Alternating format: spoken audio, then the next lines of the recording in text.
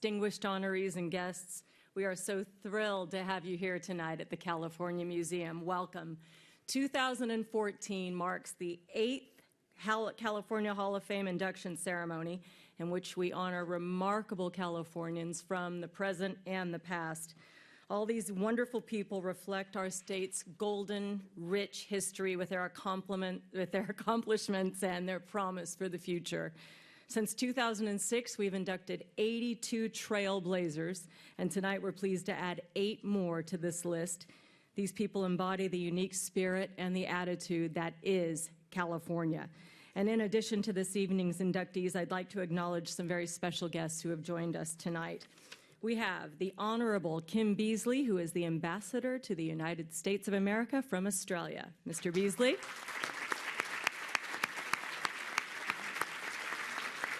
The Honorable Deborah Bowen, the Secretary of the State of California.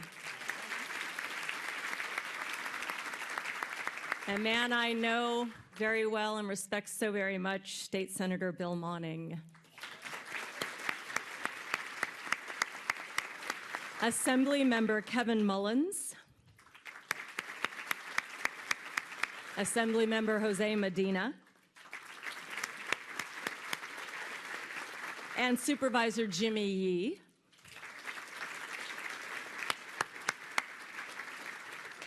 We have pretty cool guests here tonight, the owners of California Chrome, Steve Coburn and Carolyn Coburn. And Perry Martin and Denise Martin. Mr. Martin is here tonight. Thank you for joining us. We love the name of that horse. We'd also like to take a moment to recognize our past Hall of Fame inductees and their families who have come back for more. Once you get involved in this thing, you can't seem to get out of it. It's so wonderful. So we've got 2009 inductee General Chuck Yeager, as we've gotten to see already. 2012 inductee Dolores Huerta, the woman who never stops moving. Stephen Graham, son of 2008 inductee Robert Graham. Thank you for coming back. And Bill Hanna, grandson of 2006 inductee John Muir. Thank you. Thanks to all of you. You really are one of a kind, and you together make the state one of a kind. All right, well, good evening. And first of all, I would like to thank all of you for being here. The tremendous leadership of the California Museum from both the governor and the first lady. My fellow board members, if you would please stand for a moment, just so everybody can see you.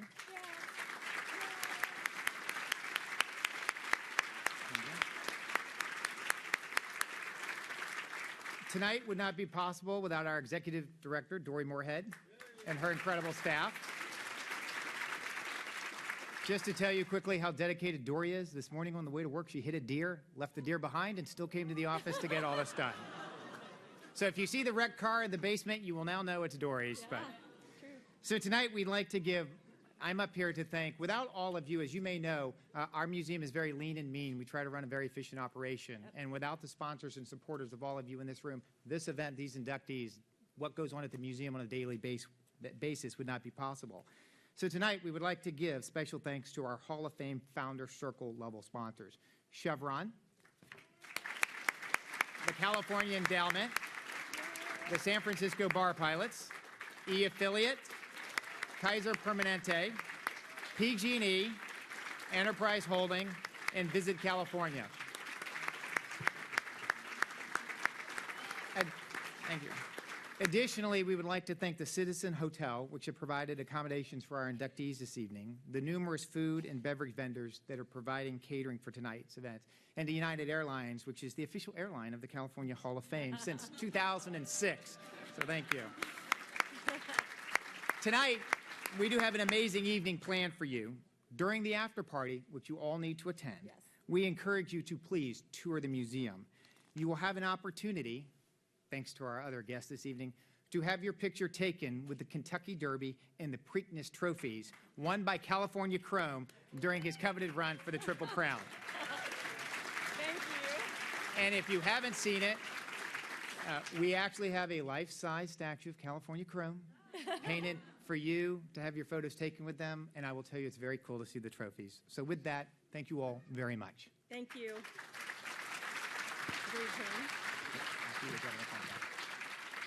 Please welcome Governor Edmund G. Brown, Jr.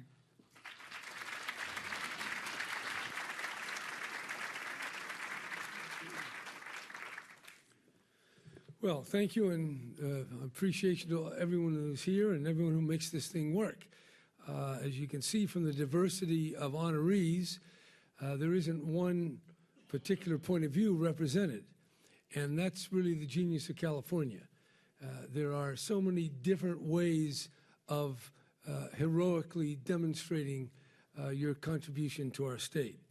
And I might say that many of the inductees would probably fight each other if we put them on the stage all at the same time, because they represent different points of view. And often it's only with the passage of time do we fully appreciate what these extraordinary individuals have done. The first inductee, Dr. Stephen Snyder, who was one of the earliest people to warn about climate change. And just from the general controversies around climate change, you can appreciate what it took for him to pursue his science. Stephen Henry Snyder was born on February 11th, 1945 in New York. He was a brilliant student. He was a graduate of Columbia University, where he also received a doctorate in mechanical engineering and plasma physics in 1971. He first worked as a climatologist at the National Center for Atmospheric Research for more than 20 years before he joined the Stanford faculty in the mid-90s. And in the grand tradition of California scientists who have used their talents and training to tame society's greatest challenges, he and his wife, Terry Root, led groundbreaking research on the impacts of human-caused climate change on the distribution and abundance of plant and animal species. He advised the administration of every president from Richard Nixon to Barack Obama. I don't know if they all listened to him, but pretty extraordinary range of his clients. As a climate scientist, his life work was decision-making in the face of great uncertainty.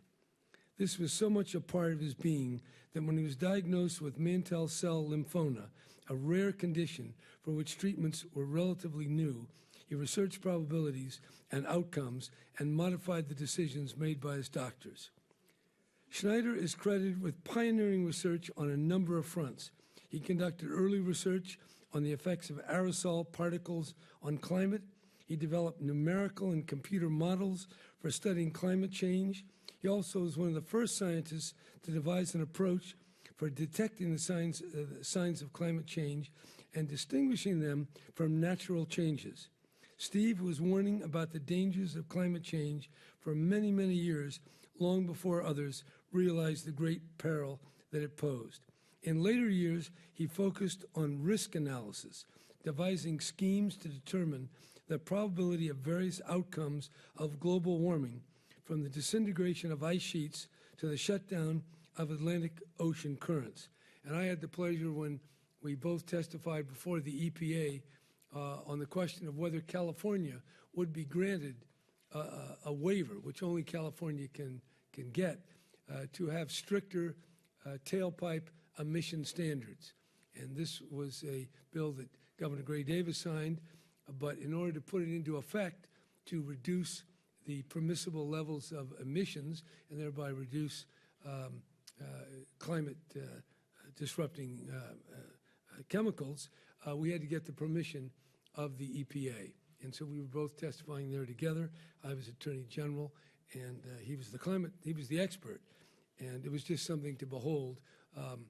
Not only does he have the scientific knowledge and the expertise, but he made complicated stuff appear to be very understandable, very powerful. Well, we didn't quite prevail then, but later when President Obama came into office, the EPA granted the waiver, and then California adopted these tighter standards, and then just a couple of years later, the whole rest of the country followed. So again, the people we honor in so many different ways, are part of this genius of California leading the way. From the gold rush right on, there are people doing things socially, artistically, politically, for labor unions, for minority groups, you name it. There are people in this state that are making our own state better. They're putting their imprint on history, but they're affecting the history of the whole country and even the world. So with that, I'd like to bring Terry Root, his wife, his widow, to come forward to receive the award.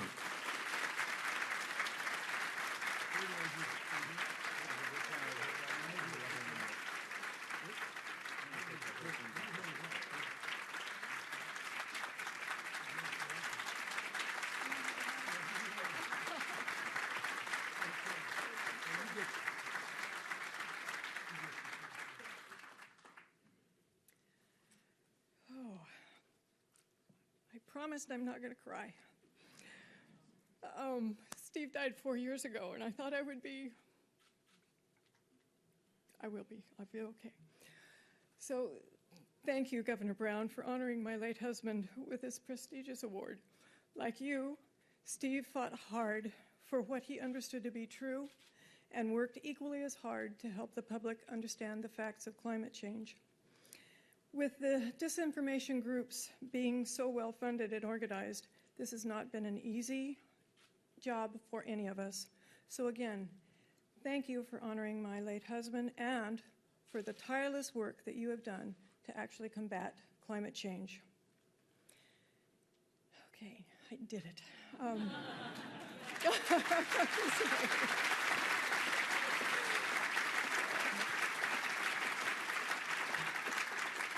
Sorry.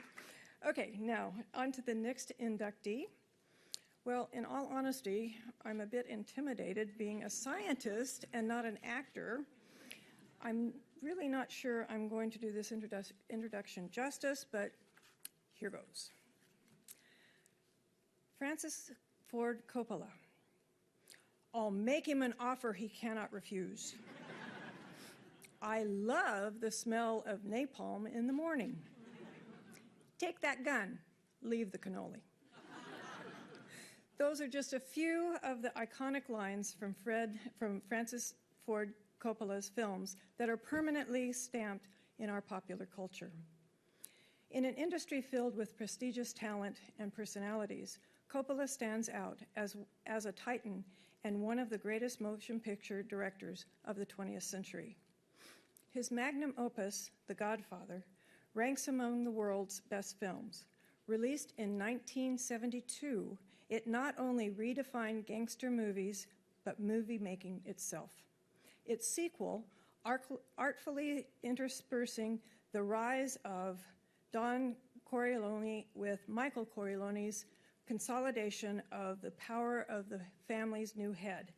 That cemented Coppola's position as one of Hollywood's top directors. He won Best Picture, Best Director, and Best Adapted Screenplay, not for one, but for both. And The Godfather Part 2 was the very first sequel ever to win the Best Picture award. The same year that Godfather 2 was released, Coppola also completed The Conversation, a chilling psychological drama about surveillance and privacy, which is particularly relevant today in America. That shows again how Coppola's art is insightful and timeless. It was also nominated Best Picture. Coppola's artistic commitment nearly killed him in creating Apocalypse Now, the 1979 epic retelling of Joseph Conrad's Heart of Darkness, amplified by the horrors of Vietnam. Francis said, "I believe that filmmaking, as probably is everything, is a game you should play with all your cards, all your dice, and whatever else you have got."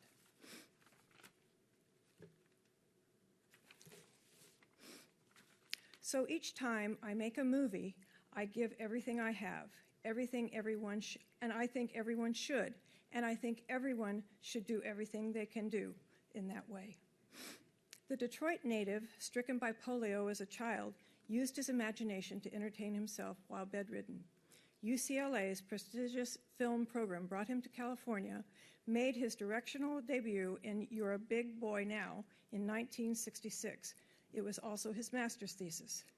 While filming the musical Finian's Rainbow in 1968, Coppola met lifelong friend George Lucas, who became the co-founder with Coppola of American Zoetrope? Close? Zoetrope?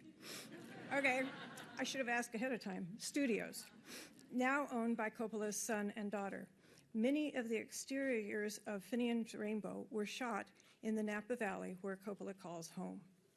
Coppola's original screenplay for Patton in 1970 was initially rejected, but actor George C. Scott refused the title role unless Coppola's script was used with its opening monologue in front of a giant American flag. The script earned Coppola his first Academy Award.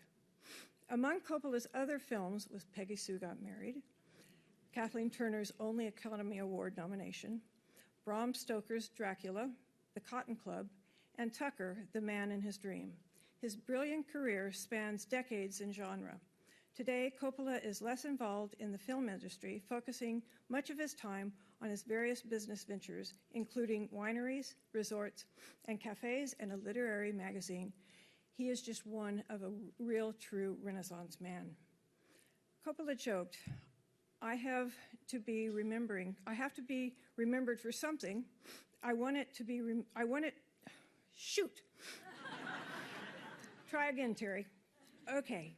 If I have to be remembered for something, I want it remembered that I really like children and I was a good camp counselor.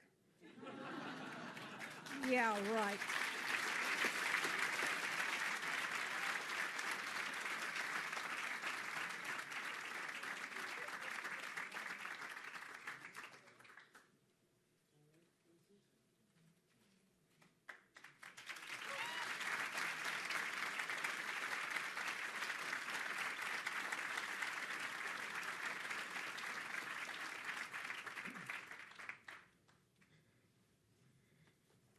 Thank you so much.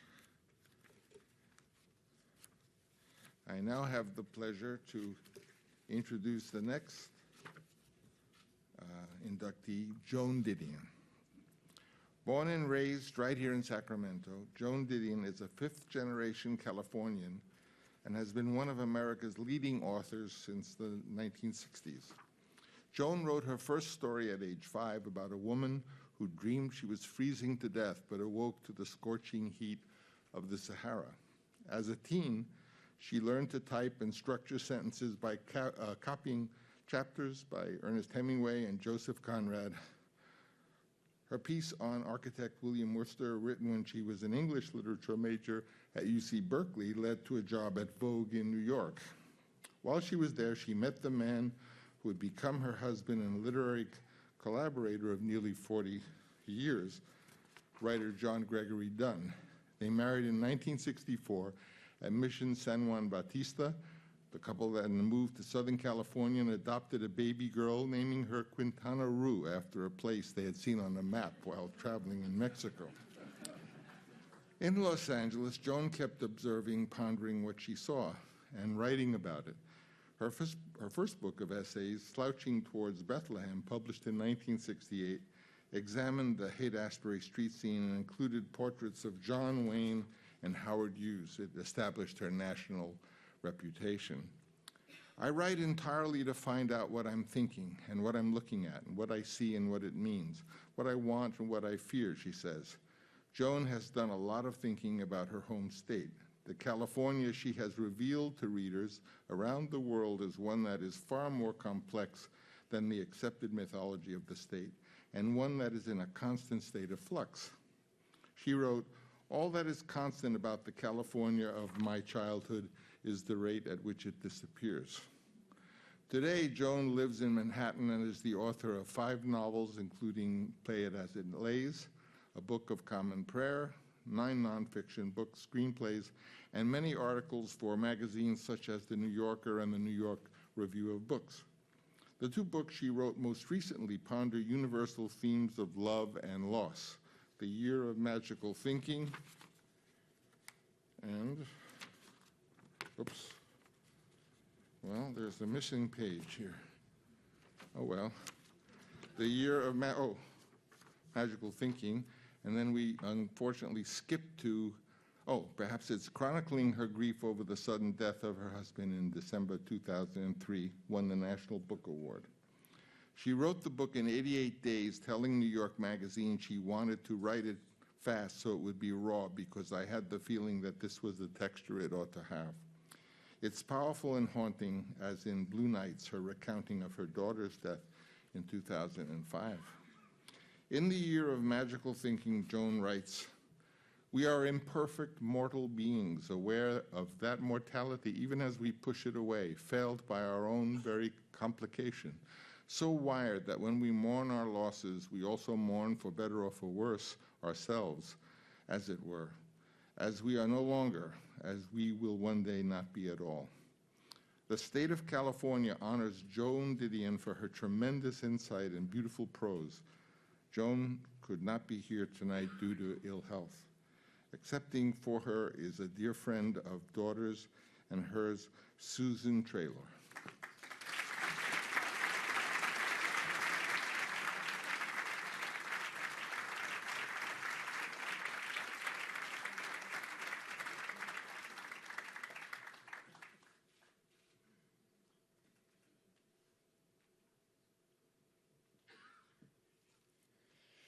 Joan deeply regrets that she could not be here tonight. She would like to congratulate her fellow inductees, and she had prepared a few words for you. What follows are a few remarks in commemoration of the California Hall of Fame, for which I have been named one of this year's inductees.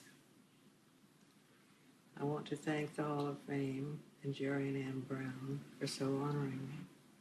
I've written a good deal about California.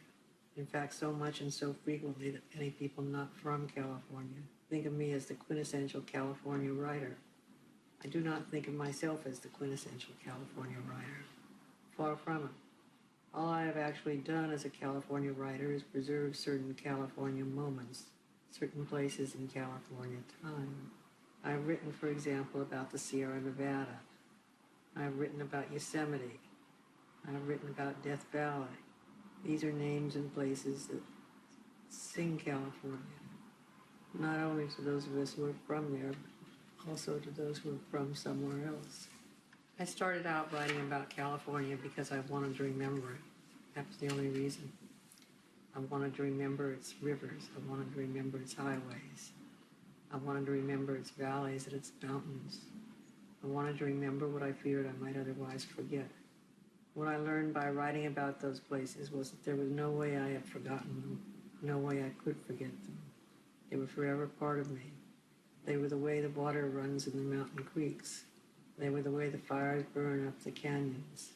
They were everything California meant to me and everything California still means to me.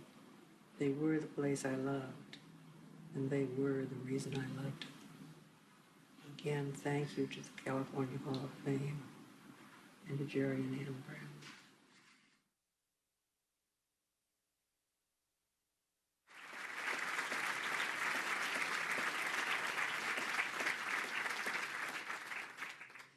Joan, we thank you for remembering. And now I would like to introduce Charlotta Bass. When Charlotta Bass became the first African-American woman to run for vice president in 1952, she said, "It is a great honor to be chosen as a pioneer and a great responsibility. But I am strengthened by thousands and thousands of pioneers who stand by my side and look over my shoulder, those who have led the fight for freedom, those who have led the fight for women's rights, those who have been in front of the line fighting for peace and justice and equality everywhere." Her campaign slogan was "Win or lose, we win by raising the issues." By her own standard and every other, she was a winner. Born in South Carolina on Valentine's Day, 1874, Charlotta Spears was the sixth of 11 children. To imagine being born a decade after slavery and running for vice president in the same lifetime is to understand the dramatic changes that she both witnessed and drove herself. Moving to California in 1910 for her health, she settled in Los Angeles and began selling subscriptions to the Eagle, the oldest African American newspaper on the West Coast. Just 2 years later, she had become owner, publisher, and editor of the paper. In 1913, she hired Joseph Bass to take over the job of editor. It proved a good hire, as they were married 2 years later. And 1 year later, sorry. Go back and read newspapers and novels of the era, and you will be amazed at the open and thoughtless racism, sexism, and anti-Semitism that ran through them. The people needed a voice, and under the Basses, the California Eagle became a bullhorn for social justice, railing against segregation, discrimination, and police brutality, and fighting for voter registration and human rights. Charlotta and Joseph, who died in 1934, founded an association to fight housing covenants that banned people of color from buying homes in certain neighborhoods. Under pressure from the Eagle, discriminatory hiring policies by the Los Angeles Board of Supervisors, Los Angeles Rapid Transit Company, and Los Angeles General Hospital ended. Charlotta's work paved avenues of success for thousands of African American families struggling under the wicked hand of oppression. In 1943, Bass continued her trailblazing career by becoming the first African American grand jury member for Los Angeles County. She retired from the Eagle in 1951, but continued to live a life of service to others. She said, "We who fight on the side of the people believe the great enemies of mankind are poverty and disease, inequality and war. We fight for a better life for all people, free from fear, free from war, from intolerance and discrimination." The state of California honors Charlotta Spears Bass for her tireless dedication to fighting for a more just world for all of us, and for always raising the issues. Emerson Wilkins is accepting on behalf of his great aunt.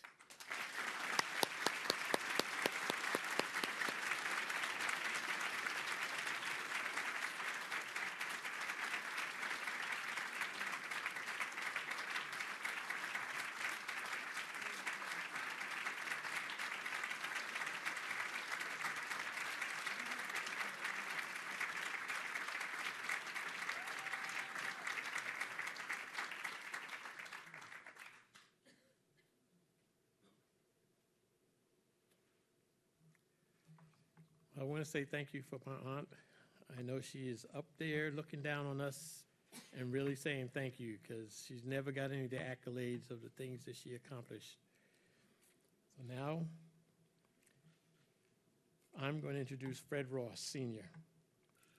It's a strange measure of success to remain anonymous, but for Fred Ross, being in the background was proof of his great accomplishments. Fred once said, "An organizer is a leader who does not lead, but gets behind the people and pushes." He was so effective at pushing other people out in front of him that he pushed himself right out of most history books. But where we see a better, more equal, more compassionate society, we see Fred's work. He spent his life grappling with the most important issues of the day. He sang songs with Woody Guthrie and strategized with Saul Alinsky, tossed out racist politicians, and helped build the most powerful Mexican-American organization in the country. Fred was also an early gender progressive who cultivated and trained a generation of female leaders and activists. He was clearly among the most influential American organizers of the 20th century, and his legacy of social justice continues to grow. He graduated from USC in 1937, intending to become a school teacher. But this teacher never saw a formal classroom. He was too big for that. He saw too many problems to fight from within any four walls. But he did have students. He recruited people like Cesar Chavez, Dolores Huerta into grassroots activism. He tutored thousands of men and women in the causes of injustice and the tactics to defeat them.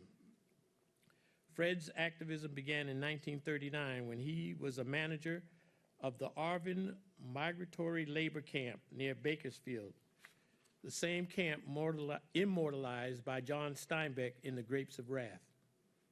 Fred encouraged the Dust Bowl refugees at the camp, and at 28 others he became manager of, to form camp councils and to achieve self-governance.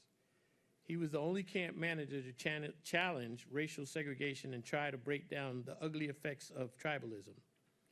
As always, the dispossessed were his tribe.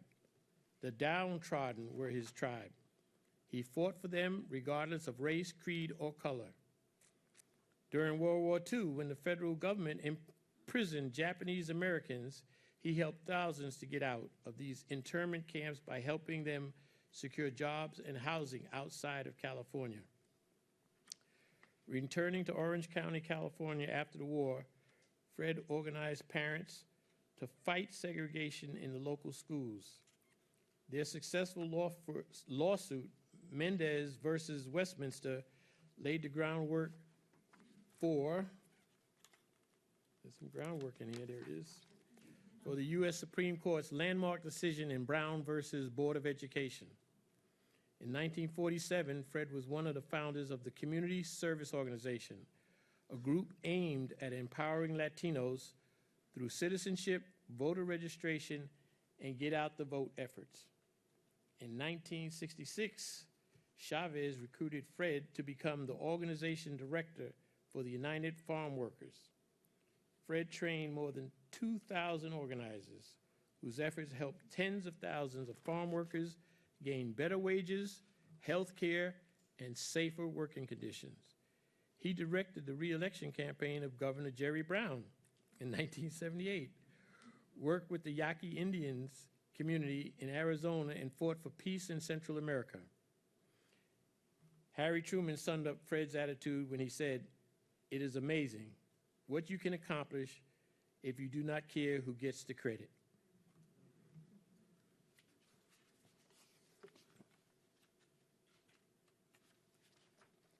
But tonight, it's my pleasure to give credit to Fred Ross, a great catalyst for social change. The state of California honors Fred Ross Sr. for showing us that the real power to effect change exists behind the scenes. Fred Ross Jr. is accepting on behalf of his late father.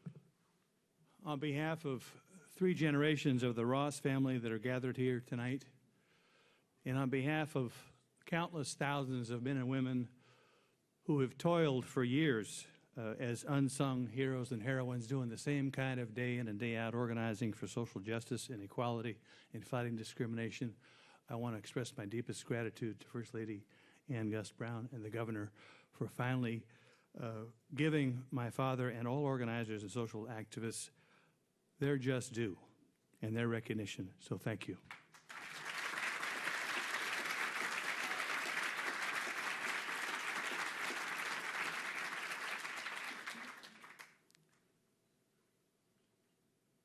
Kareem Abdul-Jabbar, born Ferdinand Louis Alcindor Jr., was a large baby.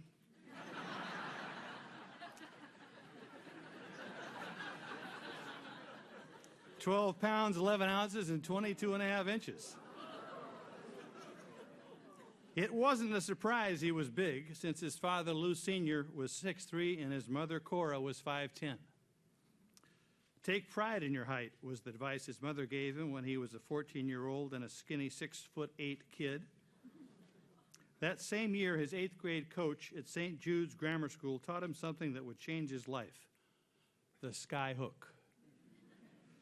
It was like introducing Mozart to the piano or giving Picasso his first paintbrush. The boy was a prodigy, and in the rough, jarring, lightning-fast action of the basketball court, the graceful, sweeping arc of the sky hook stands alone as the most unique and effective shot in the history of the sport. At Power Memorial, he set New York City high school records in scoring and rebounds, while simultaneously leading his team to an astonishing 71 consecutive wins and 3 straight city titles. In 1965, Kareem came to California to play for John Wooden at UCLA. He led the Bruins to 3 national titles and is the only player to win 3 Most Outstanding Player awards at the Final Four. UCLA went 88-2 in his 3 seasons, and twice he was named College Player of the Year.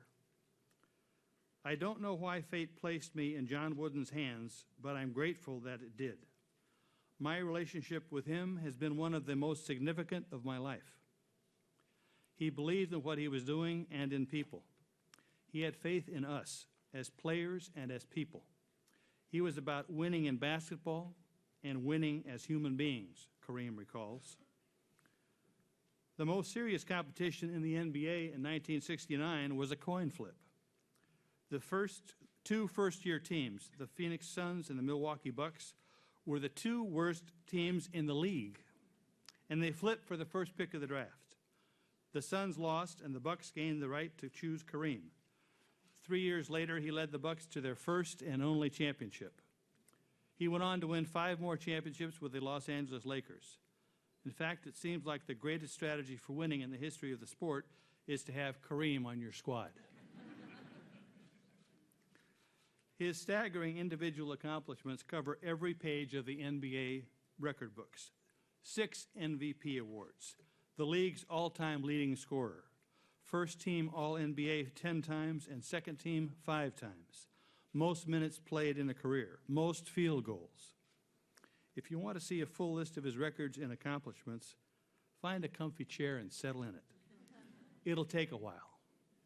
In his post-playing career, he has found success as an author, commentator, and tutor to some of the game's young big men. None of them has mastered the signature sky hook, though, which seems destined to remain the sole property of its one brilliant practitioner.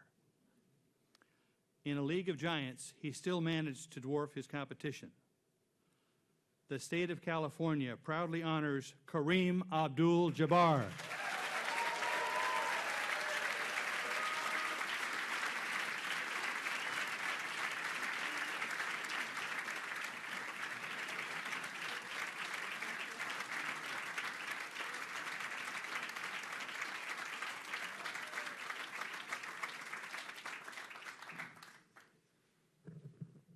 You know, I wasn't too sure if I would be welcome up here because some of you might have thought I brought Phil Jackson with me.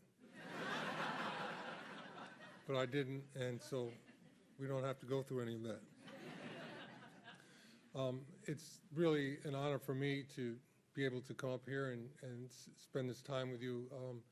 I've enjoyed and loved my stay in California ever since I got here. Like so many other New Yorkers, and I always thought I wanted to go home until I tried going home. And I realized I liked it out here a lot better. So this is right on time, and it's really very appropriate for me in my life. It means so much to me. Thank you very much, and I will appreciate this forever.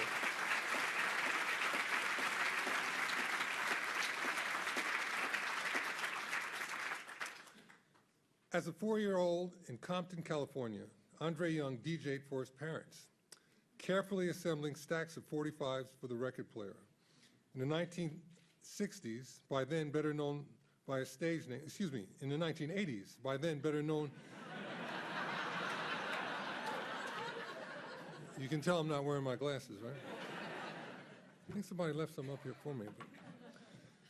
But in the 1980s, by then better known by his stage name, Dr. Dre, he changed the world of music as a key figure in one of the most revolutionary groups of all time, NWA. At the heart of the group's sound was Dre's innovative production, a dense but funky beatscape that became the foundation of a new genre of music, gangster rap.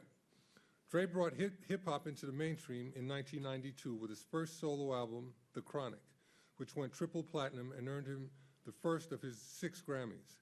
He later discovered and nurtured some of the top rappers, including Snoop Dogg, Eminem, and 50 Cent, becoming the first hip-hop producer to win a Grammy for Producer of the Year.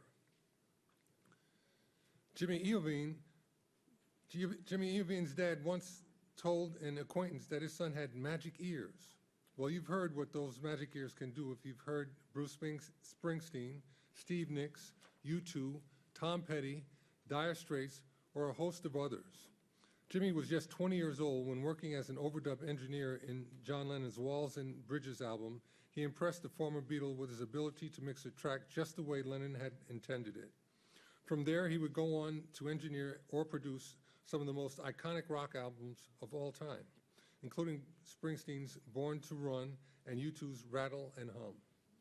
In 1990, Jimmy co-founded Interscope Records, which became the hottest label of the decade by betting on some of the most disruptive acts in music, including Dr. Dre, chairman of the company until this year. He also guided the careers of pop artists such as Lady Gaga and No Doubt. Dre and Jimmy teamed up in 2006 to create a new headphone that would mimic the sound of being right there in the studio. Dismayed by the sound quality of common earbuds, Dre said, "It's one thing that people steal my music. It's another thing to destroy the feeling of what I've worked on." A lot of listeners agree. The immensely popular Beats by Dr. Dre headphone line controls the majority of the premium headphone market in the U.S. today. Last year, Beats Electronics branched into streaming media with the launch of Beats Music, and in May, they once again created history when they were acquired by Apple for $3 billion. Last year, the two men, neither of whom attended college, donated $70 million to the University of Southern California to establish the Jimmy Iovine and Andre Young Academy for Arts, Technology, and the Business of Innovation. The new degree program, blending business, marketing, product development, design, and liberal arts, was launched in September. Part of the endowment includes full scholarships to help disadvantaged students. The state of California honors Andre Young and Jimmy Iovine for shaping what we listen to, how we hear it, and elevating the culture and business of music.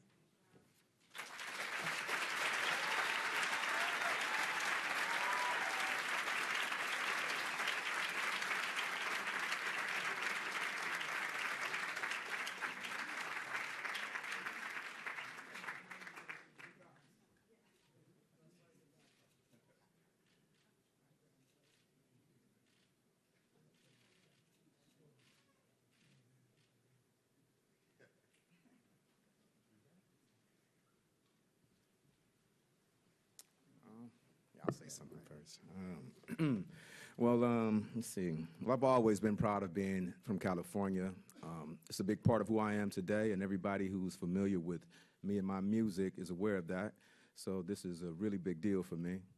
Oh, man. I'd like to thank Governor Brown, the First Lady, of course, and everybody responsible for putting this together. And where would I be without my First Lady? I'd like to thank my wife, Nicole, over here, for all of her amazing love and support. I'd like to thank my friend, mentor, and business partner for the last 22 years, Jimmy Iovine. Yes. It's a really big deal. Yes, and thank you. This is a really, really great honor, and I'm really happy to have it, and thank you.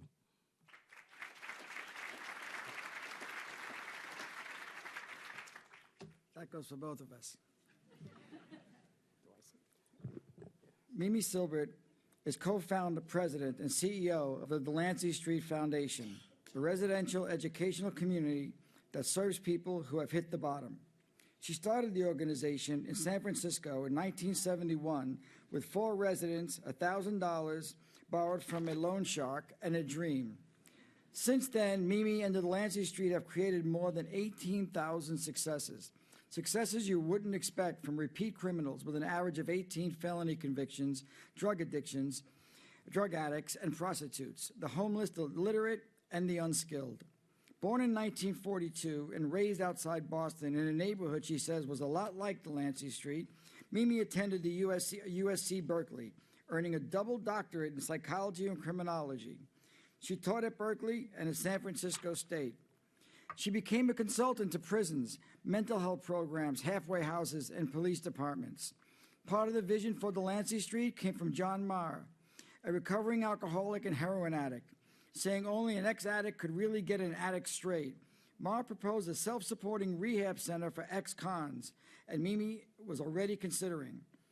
The organization would be run like a family, with residents who had been in the program the longest guiding the newer arrivals, who then would do the same for the next residents.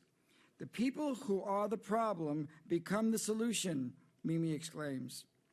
She calls Delancey Street the Harvard of the underclass. While Harvard takes the top 2%, she prides herself in finding the bottom 2%.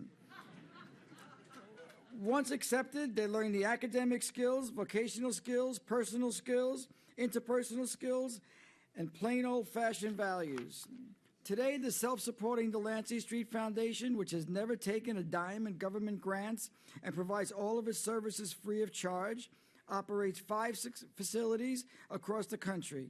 Its client-run enterprises includes a movie company, a restaurant, dry cleaning services, and the net revenue is $6 million annually. Mimi says, it's the things you do, not the things that are done to you, that enable you to grow. The state of California honors Mimi Silbert for helping so many people realize their own potential. Congratulations.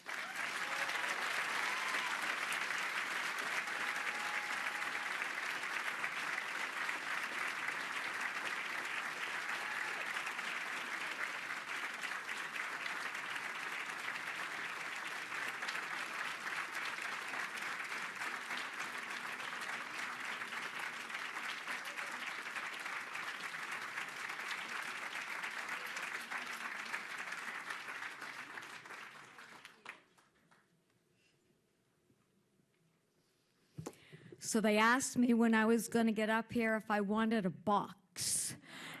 No, you might not be able to see me, but you'll be able to hear my voice. And that's what happens if you spend your whole life for 44 years living and working with, I might say, gangsters were in the Coppola's movie. Gangsters are on the rappers, but I live with gangsters. So needless to say, thank you to Governor Brown and the First Lady, because this award obviously doesn't go to me. Talk about anonymous, which Fred Jr. said about his dad. I really am standing here for the 18,000 that we've been able to count graduates and plenty of others who have come into Delancey Street with nothing. They come from poverty. They're third-generation gang-oriented people. They've been in prison over and over and over. They dislike each other. And they come into this place, and we make an incredible family out of it. And they let go of their revenge. They let go of hatreds. And they begin to believe in the kind of help that you earn step by step by step. I myself stand on many shoulders, from my dad's to John Maher's to Cesar Chavez to sitting here to Dolores Huertas, to a whole lot of people who put their lives out there to change the world. And for me, I'm getting the award for people who are my inspiration and whom I hope will be everybody's inspiration. Their lives have been horrible. They come in, and for whatever reason, they have the incredible courage and fortitude and ultimately belief and love in their community to change their lives. I don't know if I would be able to change my life to the extent that they are able to. You know, your self tells you go to the left, and we're all telling you go right, go right, go right. And for some unbelievable reason, they have the kind of faith, I don't mean a religious faith, inside your gut faith that tells you, I'm going to keep going and keep going and keep going. And so they graduate ultimately with 3 marketable skills, and some of them have BAs, and they've done this all helping each other. I raised my kids there. Unfortunately, they became lawyers. But we do what we can. And I'm proud to say that I helped these people pursue their dreams. They're not as talented. Everybody here is so unbelievably talented. I don't have that talent. I just believe in other people's talent and believing in their talent and kind of cheerleading them to go forward and make it is living the best life I think anybody could live. So I thank you because you put all of them on the map for all of you. On their behalf, thank you so much. Oh, no. Please welcome Dina Eastwood and Dolores Huerta.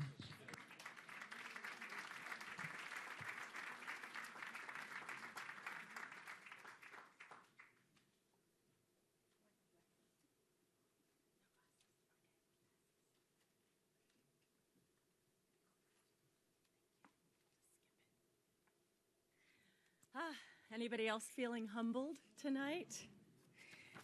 I want to thank you once again for being here. I've had the honor, as I said, of being at all of these but one, and it is, in my opinion, the greatest award in the state, the only award that celebrates the sung and the unsung. And I guarantee you we'll find another great class next year. But as for this class, can we thank them again and show them how incredible they are? Thank you.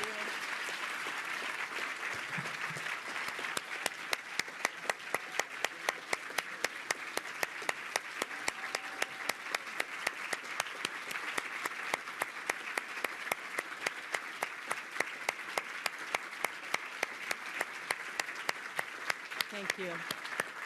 If you don't mind taking your seats for just a couple minutes, I'm going to, the group and I are going to walk out and get ready for this wonderful reception party we have planned for you afterward. But first of all, Dolores Huerta is going to tell us about some very exciting things that are going on at the California Museum.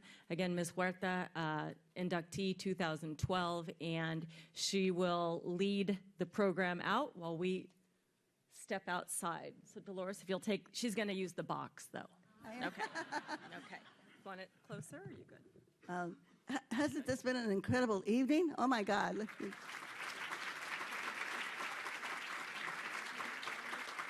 And I think we're all very, very blessed to be here. Hey, before we all leave though, how about, I'm going to take advantage of this.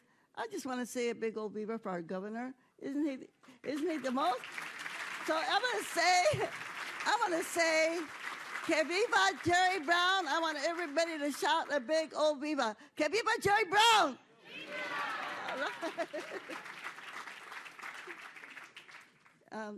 As you heard, I was an inductee into the Hall of Fame, and of course I was really happy about that because again, to honor organizing. I always do believe that movements start from the bottom. And I was one of those fortunate individuals to have known Fred Ross Sr. He changed my life from being a school teacher to become a community organizer, and to also, share this Hall of Fame induction with Fred Ross Sr., with Cesar Chavez, and of course with Mimi Silbert, right? That great, wonderful woman that we just heard from. But I do want to tell you about some exciting things that are happening here with the museum, okay? We are actually going to be starting a whole new, I don't think I've got the right things here, but with the support of the governor, Jerry Brown and Darrell Steinberg, the California Museum has received funding to install a whole new gallery called California United. This gallery will feature civil rights, acceptance, equality, and inclusion, a whole new kind of education, which was originally planned for Sacramento's Unity Center. Its interactive exhibits and educational programming will engage and enlighten visitors about California's rich civil rights history. We have a lot of it right here. And we want to just take a moment to tell you about the project, okay? We are California. We are California.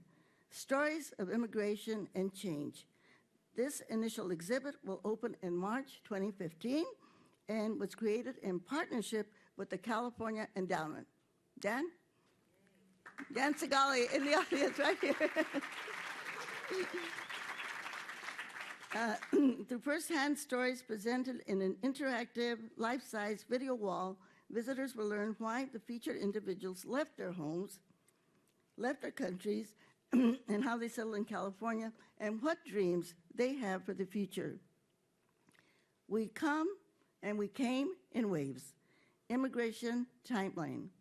Drawn here by boom economics, people that left, after the Depression, like my mother did when we came from New Mexico, escaping conditions in their native lands. Waves of immigrants have always come to California and have come here with their entrepreneurial spirits, and they have shaped this history of this state.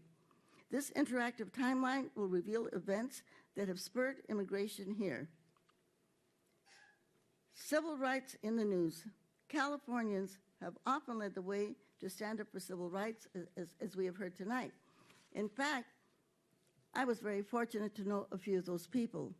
In this exhibit, visitors will point a news camera at a photo mural. They will bring the image and the story to life. They will hear interviews, watch news footage, and develop an understanding of these issues that still are issues today. Advocacy 101. There's a method of activism to suit the interests and the abilities of every Californian, and we hope that everybody participates, right? And of course, this is what Fred Ross Sr. taught us all, that we had to be responsible, that we had to be engaged, and that we had to reach out. Here, visitors voice their own opinions, and they will see the many ways in which people can make their voices heard.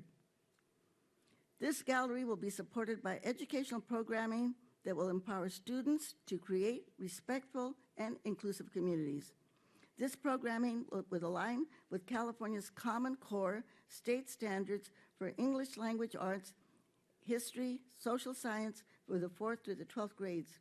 With its state-of-the-art teaching, technologies, and exhibits, California United will be a powerful and an educational resource.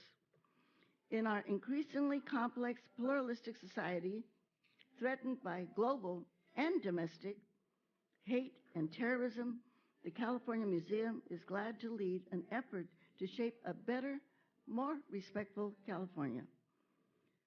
Now, won't you all join me for the after party, right?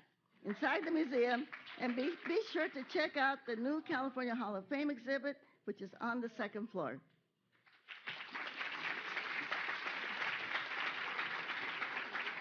Ladies and gentlemen, that concludes our programming. If you'll please join us in the museum lobby for the 2014 California Hall of Fame celebration. Thank you and have a good night.